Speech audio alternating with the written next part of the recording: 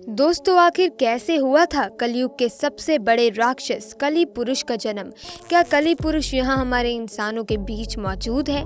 आखिर कैसा दिखता है कली पुरुष और आखिर उसका अंत कैसे होगा, जानेंगे आज की इस वीडियो में।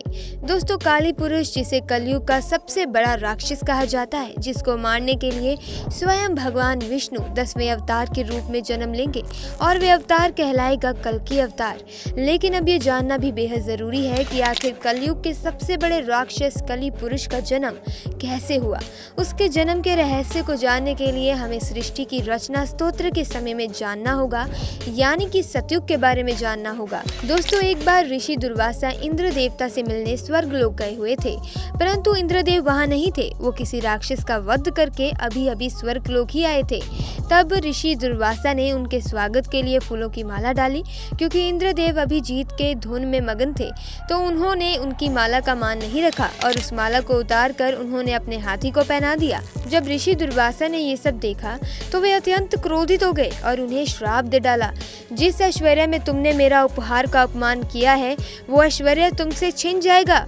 उसके बाद धन और मान की हानि होने लगी, देवता कमजोर होने लगे। तब सभी भगवान विष्णु के पास पहुंचे। तब भगवान विष्णु ने उन्हें समुद्र मंथन के लिए कहा और बोला कि सभी देवताओं को पुनः स्थापित होने के लिए क्षीर सागर के अमृत की आवश्यकता पड़ेगी, क्योंकि देवता अभी कमजोर थे। इसीलिए इंद्रदेव ने असुरों के राजा बलि से समुद्र मंथन के लिए मदद मांगी। पहले तो राजा बलि ने देवताओं को मना कर दिया। वो जानते थे कि देवता असुरों के साथ छल करेंगे, परंतु शुक्राचार्य के कहने पर राजा बलि इस शर्त पर तैयार हो गए कि जो भी समुद्र मंथन से निकलेगा उसका बंटवारा होगा। तब मद्रांचल पर्वत को गरुड़ देव ने अपनी चोंच में उठाकर क्षीर सागर में रखा और सप्र राजा वासुकी को उस पर्वत में लपेटकर रस्से के रूप में मदद ली गई। राक्षस गण वासुकी नाग के मुख की ओर थे और देवता पूंछ की ओर, परंतु मंथन बिल्कुल नहीं हो पा रहा था, क्योंकि मद्रांचल पर्वत का आधार घूम नहीं रहा था। तब भगवान विष्णु ने कच्छ यानी कछुए का अवतार लेकर मद्रांचल पर्वत को अपनी पीठ पर रखा और इस प्रकार मंथन की शुरुआत हुई। उसमें से बहुत सारे कीमती आभूषणों के साथ पहले हलाहल नामक तेज विष निकला। अब क्योंकि हलाहल विष निकल गया था और सभी इसके वेग से मूर्छित होने लगे, परंतु शर्त अनुसार इसे आधा देवता और आधा असुरों को पीना था, परंतु दोनों में हलाहल विष के तेज को सहने की शक्ति नहीं थी। फिर भगवान भोलेनाथ ने भगवान विष्णु के कहने पर विषापन किया। लेकिन सोचिए, जब देवों के देव महादेव भी उस विषपान को सहन नहीं कर पाए तो वो कितना घातक होगा। भगवान भोलेनाथ भगवान विष्णु के कहने पर विषपान तो कर लिया, लेकिन वहां पर अतिचरण प्रभावित हो रही थी।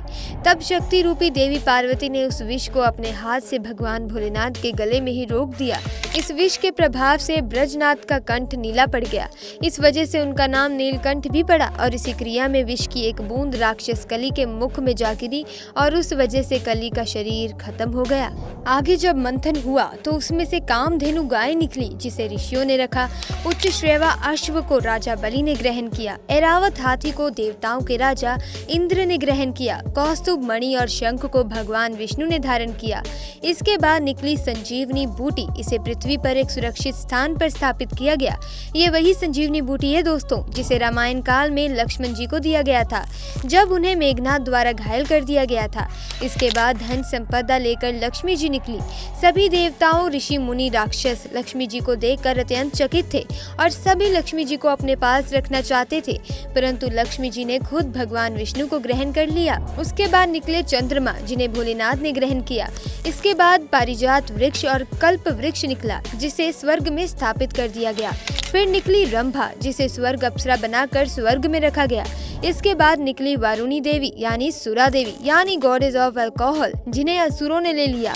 और अंत में भगवान धन्वंतरी अपने हाथों में अमृत कलश लेकर निकले। इस अमृत की छीना झपटी में कुछ बूंदे कली पुरुष को भी मिल गई, जिससे वो फिर से जीवित हो उठा, परंतु वे भौतिक रूप में नहीं आ सकता था। अमृत के बंटवारे के लिए भगवान विष्णु ने मोहिनी रूप ले लिया और सारा अमृत देवताओं को पिला दिया। परंतु राहु केतु दो राक्षस ऐसे थे जिन्होंने देवताओं का रूप लेकर अमृत पी लिया था।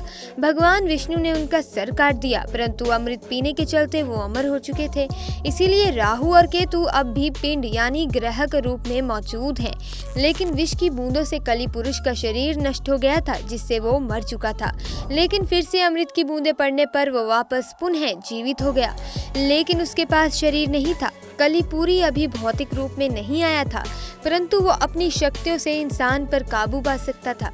कलयुग के अंत में वो भौतिक रूप में आ जाएगा, तब वो पाताल लोक से असुरी शक्ति को आज़ाद करके इंसानों पर राज करेगा।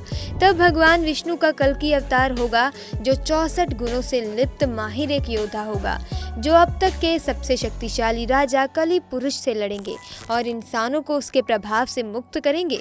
परंतु इस युद्ध में कलि पुरुष की तरफ से इंसान भी लड़ेंगे, क्योंकि तब तक धर्म पूरी तरह से नष्ट हो जाएगा।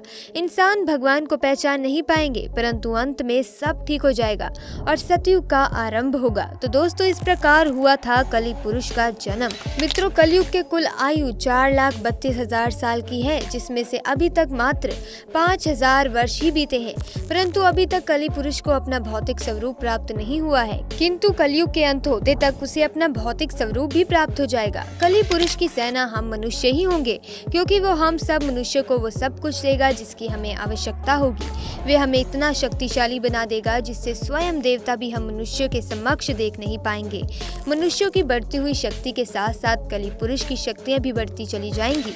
कलि पुरुष रावण से भी 100 गुना अधिक शक्तिशाली होगा। कलि पुरुष कलयुग के अंत तक इतना शक्तिशाली हो जाएगा कि स्वयं देवता भी उसे परास्त नहीं कर पाएंगे। तब वो पाताल लोक की समस्त असुरी शक्तियों को जागृत करेगा, जिससे चारों ओर केवल और केवल अधर्म का राज्य होगा और तीनों लोग कलि पुरुष के अधीन होंगे। उस वक्त बहुत ही कम लोग होंगे जिन्हें धर्म की पहचान होगी, जिन्हें सत्य की पहचान होगी।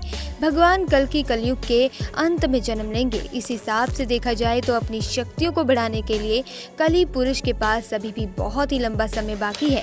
मित्रों, जब कलयुग अपने चरम पर होगा और चारों ओर केवल अधर्म का राज्य होगा, तब भगवान विष्णु कलयुग के अंत में कल्कि अवतार लेंगे। परंतु भगवान विष्णु के ये अंतिम अवतार सबसे ज्यादा विध्वंसक होंगे, क्योंकि भगवान विष्णु के सभी अवतारों ने अधर्म के नाश के साथ साथ धर्म की शिक्षा भी दी है।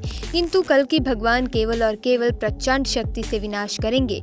परंतु कल्कि भगवान अकेले नहीं होंगे। हिंदू धर्म में बताए गए सारे चिरंजीवी योद्धा उनके साथ होंगे। भगवान विष्णु व कल्कि अवतार का साथ भगवान शिव के रुद्र अवतार हनुमान जी भी देंगे। कल्कि भगवान 64 युद्ध कलाओं से युक्त एक शूरवीर योद्धा होंगे। यदि बात की जाए ये युद्ध कितना बड़ा होगा, तो मित्रों, ये युद्ध अभी तक का सबसे बड़ा युद्ध होगा। जितना विनाश रामायण और महाभारत के युद्ध में नहीं हुआ, उससे कहीं ज्यादा विनाश इस युद्ध में होगा। इस युद्ध में कलि पुरुष का साथ मनुष्य भी देंगे। वे कल्कि अवतार के विरुद्ध शस्त्र उठाएंगे, क्योंकि जैसा कि मैंने आप सभी को बताया कि कलि पुरुष हम मनुष्य को वो सब कुछ देगा जिसकी हमें आवश्यकता होगी। इसी कारण से मनुष्य कलि पुरुष को अपना भगवान मानेंगे और कल्कि भगवान को अपना शत्रु मानेंगे। इसी बात से आप इस युद्ध का अनुमान लगा सकते हैं दोस्तों, कि इस युद्ध में भगवान विष्णु और भगवान शंकर के रुद्र अवतार हनुमान जी को एक साथ युद्ध करना पड़ेगा। इसीलिए दोस्तों, हमें हमेशा धर्म की राह पर चलने की सीख दी जाती है, वरना हमारा सामना स्वयं नारायण से होगा। तो दोस्तों, ये थी आज की वीडियो अच्छी लगी, इंटरेस्टिंग लगी तो वीडियो को लाइक और चैनल को सब्सक्राइब करें। आपका बहुत बहुत धन्यवाद।